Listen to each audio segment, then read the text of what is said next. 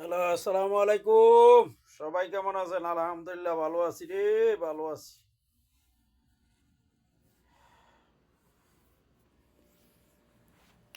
বাংলাদেশ এই যে বিএমপি ওলারা কিলাকিলি করে, কিও বিএমপি ওলারা ভাই, শৈল কি তেল হইয়া গেছে খানি হাসিনা ফলানের পরে। আহ আর বাংলাদেশে মনে করেন প্রশাসনের দৃষ্টি আকর্ষণ করছি, বিএমপিও কার যেই পার্টিও কিলাকিলি করলে আগে দেখতাম যে সেনাবাহিনীর দেখলে মনে করেন যে মানুষের ডরে হান্দা যেতে কই সেনাবাহিনী বালা করে দইরা মনে করেন বাপডা হেলাইলে এরপরেই তো মনে করেন আর গন্ডগোল মন্ডগোল তাই না, কেস কিসিবার ভিতরে হালাইয়া ফিটলে আত্রি মনে করেন পিছিয়ে দিয়ে দেন না, ওই যে আমেরিকায় ব্রিটেনে পিছিয়ে দিয়ে হাতের ভিতরে শিকল লাগাই এরপরে গোয়ার গাতি দিবেন বাড়ি দিবেন, তো ওই দেখবেন যে আর মনে করেন দুই পক্ষ আর কিলাকিলি করতো না। হ্যাঁ, কি এমন একেবারে রসগোল্লা যে একটা অবস্থা এখনো নির্বাচন হয় নাই, কোনো কিছু হয় নাই, এখনই ফাড়াবাড়ির দরকার কি রে ভাই? শুধু ধৈর্য ধরেন না ভাই, একটা ইলেকশন আয়োগ এখন তো মনে করেন তত্ত্বাবধানে উপদেষ্টা আছে, উপদেষ্টাটা মনে করেন দেশ চালাইতে আছে আনারা এত যদি মনে করেন এই এত যদি মনে করেন যে এই ফাড়াবাড়ি করেন এই খানাখানির লেগা এবারে বিভিন্ন সমস্যার লেগে যদি এমন করেন তাহলে তো উপায় থাকতো না। নসুন্দিও তো দেখলাম যে হাওয়া বিএমপি দুই গ্রুপের ভিতরে কিলাকিলি। হ্যাঁ, এত গ্রুপের দরকার কি? জিয়া কি দুইজন না একজন? তারেক জিয়া দুইজন না একজন? খালেদা জিয়া দুইজন না একজন? তো এরা জিয়াউর রহমান যদি এক কইয়া থাকে তো এক দলই তো থাকবেন নাকি? আপনারা দুই ভাগ করেন কে বিএমপি রে? বিএমপিতে আগে এমন দেই নাই, এখন বর্তমানে দেখতাছি বিএমপির ভিতরে মনে করেন যে অঙ্গ সংগঠনের ভিতরে বেশিরভাগই মনে করেন যে এরা দুষ্কৃতকারীর দলের ডগ হয়ে গেছে গাছ, যে সেম সেম একেবারে যে আরবিতে কয় সেম সেম, মানে ওই যে সেম সেম মানে হইলো মনে করেন যে মানে আওয়ামী লীগের ডগই বুঝায় সেম সেম কথাটা দিয়া।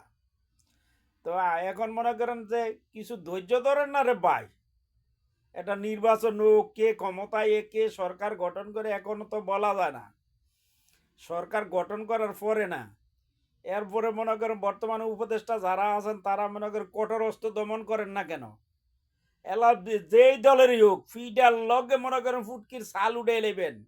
গোপালগঞ্জে দেখেন নাই সেনাবাহিনীর উপর হাত দিছিল আর কি ফুটকিলাল কইছে, ফুটকিলাল ফুটকিলাল গোপালগঞ্জের এমন ফুটকিলাল বানাই লইবেন, তুই দেখবেন যে এরপরে আর মনে করেন জীবন লামতো না রাস্তা। হ্যাঁ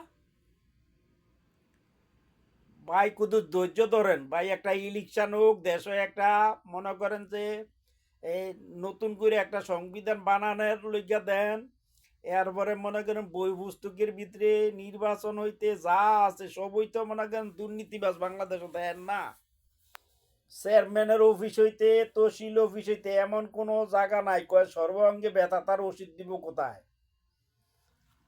আমগো তো সমস্ত জায়গাতেই ভিতরেই গন্ডগোল।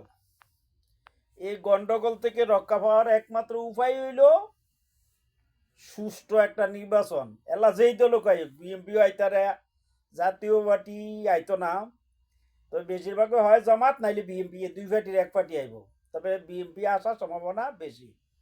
জামাত মনে করেন 45% হইতে পারে আর বিএমপি মনে করেন 55% হইতে পারে, এমনই হইব, বেশি একটা ব্যবধান হইতো না কিছু। তার মানে জনগণ তো মনে করেন বিএমপি শাসন আমলে দেখছে, আওয়ামী লীগটা দেখছে, জাতীয় পার্টিতে দেখছে, এখন জনগণ দেখতে চাইতে যে জামাত ইসলাম কি করে বাংলাদেশের ভিতরে, এইটা দেখার অপেক্ষায় আছে এখন।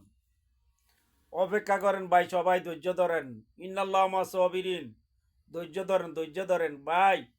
এই যে মনে করেন দলাদলি করেন, মারামারি করেন, মানুষের মারেন, আল্লাহ তালা কাল হাসরের দিন বাদী হইব, বাদী বাদী হইব, যারা মারা গেছে তাদের বাদী হবে আল্লাহ নিজে, বাদী হইয়া সরকার বাই বাংলাদেশে যেমন সরকারবাদী কেস হয় না, এমন না সরকারবাদী কেস হেন হইব। অনের পরে যারে মারছেন তার যত গুণা আছে আনে সব নিতে হইব, আনে জাহার নামে ঢুকতে হইব। কোনো কথা নাই জাহান্নামা পিয়া কালিদুন। আর যদি দুনিয়াত মনে করেন কতলে পরিবর্তে কতলে তো আর না মাপ পাইয়া গেলেন, এছাড়ার বিকল্প কোনো পথ নাই। তো সবাই ধৈর্য ধরা তৌফিক দান করুক, আল্লাহ মানুষের হেফাজত করুক। আমিন আমিন।